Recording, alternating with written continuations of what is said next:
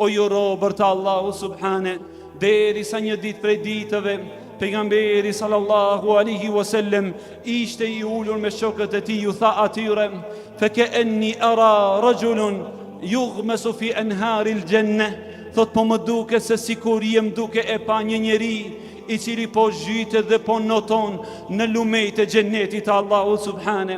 Sahabët radiallahu ta'ala anhum u çuditën se kush mund të jetë ai njeri që noton në lumejt e xhennetit të Allahut te bareke ve ta'ala.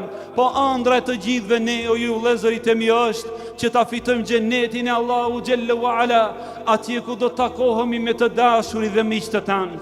Pejgamberi sallallahu alaihi wasallam ju tha sahabëve radiallahu ta'ala anhum, është ai njeri I cili e pa një pengesë në rrugën e besimtarëve dhe e largoi atë. La ilaha illallah. Një njeri I cili e sheh një gur në rrugë dhe e largon atë për hatër të fytyrës së Allahut. Për këtë njeri, po thot pejgamberi sallallahu alaihi wasallam, se jem duke e pa se si noton në xhennetet e Allahut azza wa jall. Një njeri I cili e sheh një dru në rrugë të besimtarëve dhe e largon pengesën. Për këtë njeri, po thot pejgamberi sallallahu alaihi wasallam, se do të jetë në xhennetet e Allahut xhella wala. Allahu akbar.